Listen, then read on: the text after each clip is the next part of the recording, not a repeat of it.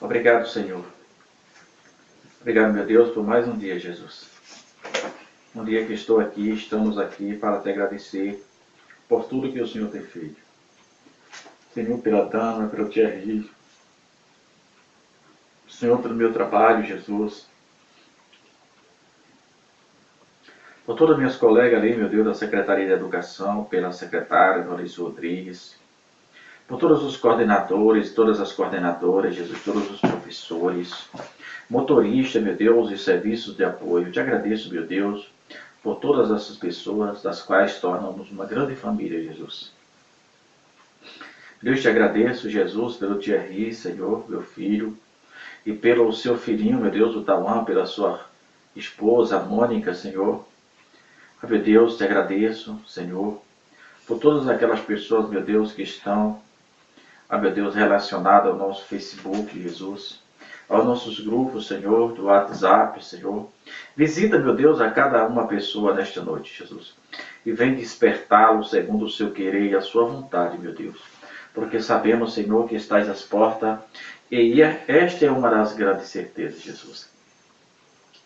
Também, Jesus, a todos meus irmãos em Cristo, os irmãos em carnes, desde João Pessoa, meu Deus, a São Bentinho, a Paz, a Sertãozinho, Senhor, a Ribeirão Preto, enfim, Jesus, a todos da família Nóbrega, Senhor, família Bezerra, a Jesus, a família Caetano, enfim, Jesus, a todos, Jesus. Meu Pai, visita cada família nesta noite.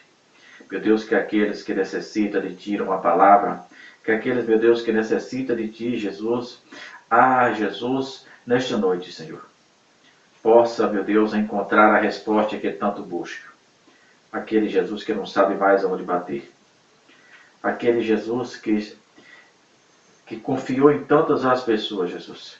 E nos momentos que mais precisou, Jesus, estas pessoas viraram as costas para ele ou para ela. Meu Deus, nesta noite, Senhor, dá norte a essa pessoa que está procurando a resposta para o seu problema, Jesus. Pessoa, meu Deus, que fica atônito, Senhor. E Tu tem falado e ela não tem entendido, Jesus. Meu Deus, nesta noite, de forma clara, nítida, Senhor, e bom som, faz com que esta pessoa entenda, Jesus, a Sua vontade para com ela. Meu Pai, desperta-nos, Senhor, enquanto é tempo, para caminharmos até o dia da Tua vinda. Amém. Vamos ver a palavra pela nossa irmã Dâmaras. Aqui, Salmo 123. Eu te levanto os meus olhos, ó Tu que habitas nos céus, assim como os olhos dos servos atentam para as mãos dos seus senhores, e os olhos da serva para as mãos da sua senhora. Assim os nossos olhos atentam para o Senhor nosso Deus, até que tenha piedade de nós.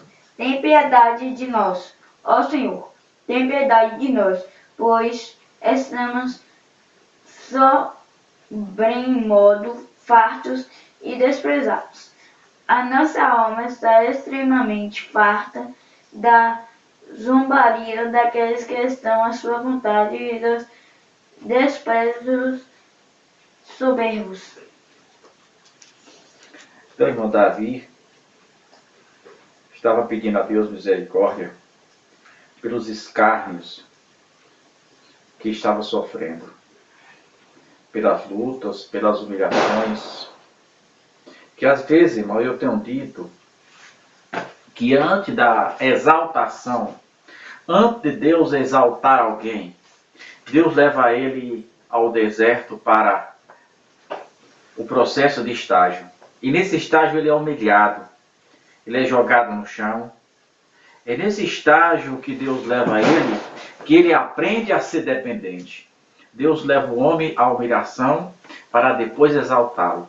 Deus leva ele ao deserto, Deus treina ele numa época de humilhação, deixando ele que ele seja humilhado, para que ele possa compreender o que significa ser dependente de Cristo. Então, na história mesmo que passa, grandes homens tiveram grandes humilhações. Por que não falar de David Wilkes, autor da Cruz e o Punhal, e depois da Cruz e o Punhal, que é o nome do outro livro? naquela primeira trajetória que ele sai de Petersburgo, a 530 quilômetros de Nova York, e vai convicto daquela história, que aquela visão que ele tinha, ele ia salvar aquele jovem naquele tribunal, e naquele dia ele observara que o jovem fora condenado. E ele se levanta, achou que tinha perdido a viagem, e ele se levanta naquele tribunal em Nova York, e as pessoas o tiveram como louco, e o juiz mandou detê-lo, e levaram para fora daquele tribunal, e um jornalista, tentando humilhá-lo, perguntou: o que é isso na sua mão? Ele levanta e diz: uma Bíblia. E o jornalista diz: você tem medo? Você tem vergonha desta Bíblia? Ele disse: não. E ele levanta a Bíblia, e no outro dia foi manchete nos jornais de maior circulação daquele país, Estados Unidos, dizendo o seguinte: pastor louco invade tribunal para salvar bandido. E ele retorna para Pittsburgh e ficou envergonhado por muitos dias. Mas na hora da exaltação dele, estava próximo, ele não sabia. E ele retorna para Nova York, e um dia, numa daquelas madrugadas, ele evangelizando, quando ele chegou, aquele povo, aqueles bandidos estavam quebrando o carro dele todo.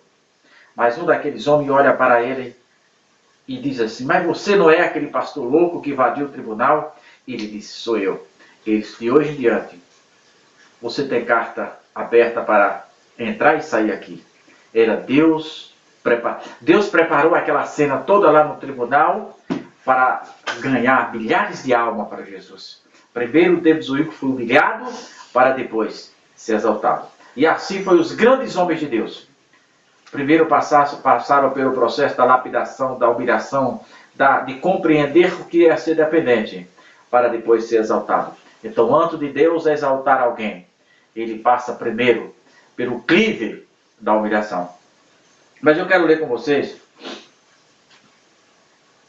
um texto da palavra de Deus que está no livro do Gênesis, o livro da criação, no capítulo 3, e o versículo 4 e o 5, e depois o versículo 22 do 3. Tudo é no 3.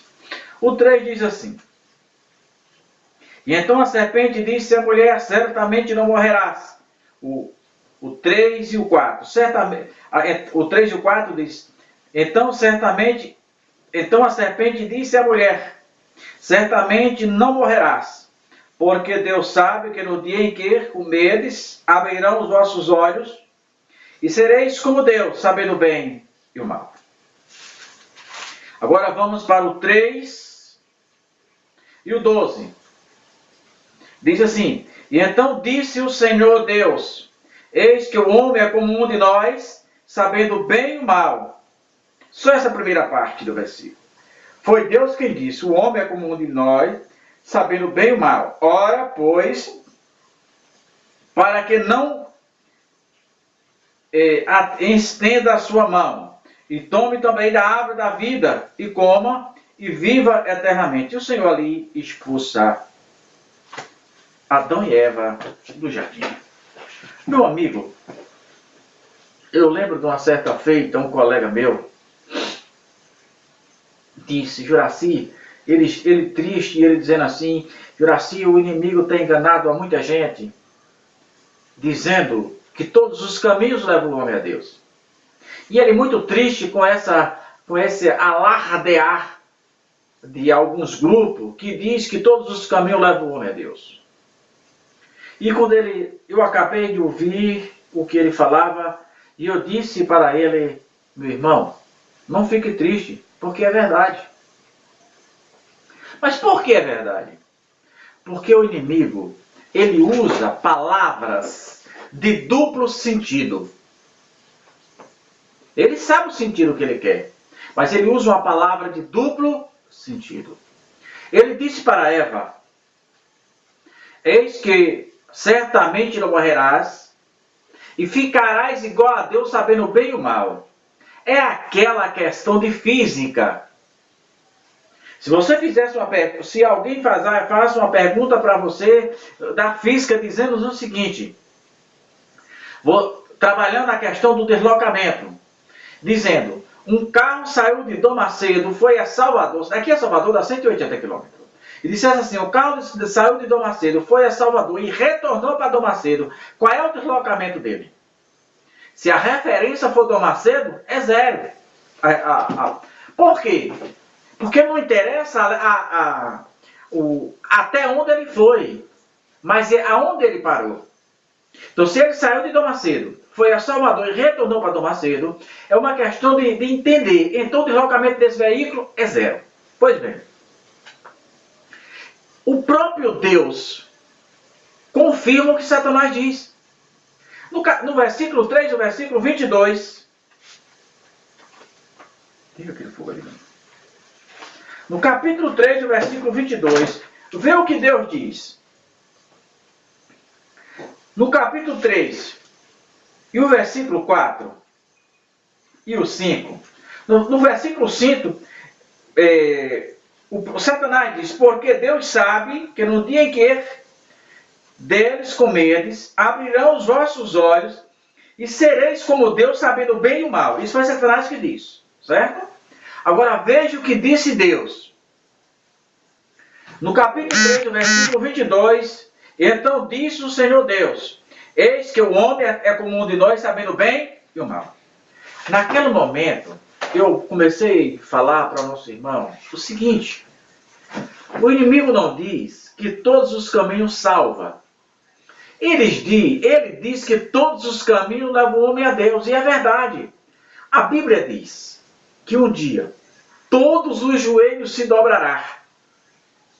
A Bíblia mostra que um dia estaremos frente a frente com o Senhor, Deus de Israel.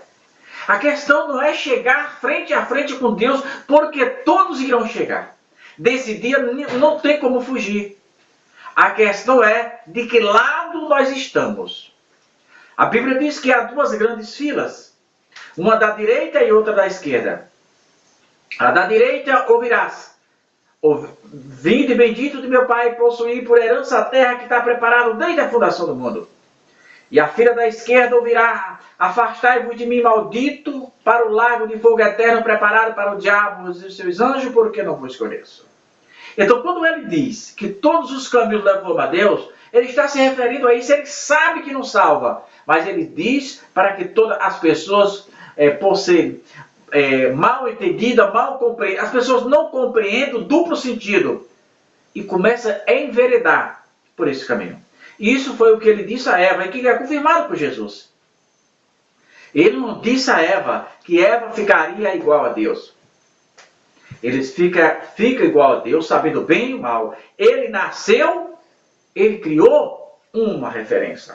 Então, meu amigo, quando Satanás diz que ele não mentiu para Eva, quando ele diz a Eva que ela fica sabendo o bem e o mal igual a Deus, ele criou uma referência, fica igual a Deus aonde? Sabendo o bem e o mal. E é ratificado isso por Jesus. No 3:22, Jesus disse que o homem é comum de nós, sabendo o bem e o mal. Então, essa palavra de duplo sentido é que tem enganado muitos cristãos, que tem enveredado por certos caminhos, que tem até envergonhado, né, o nome de Cristo. E que Jesus Cristo continue abençoando.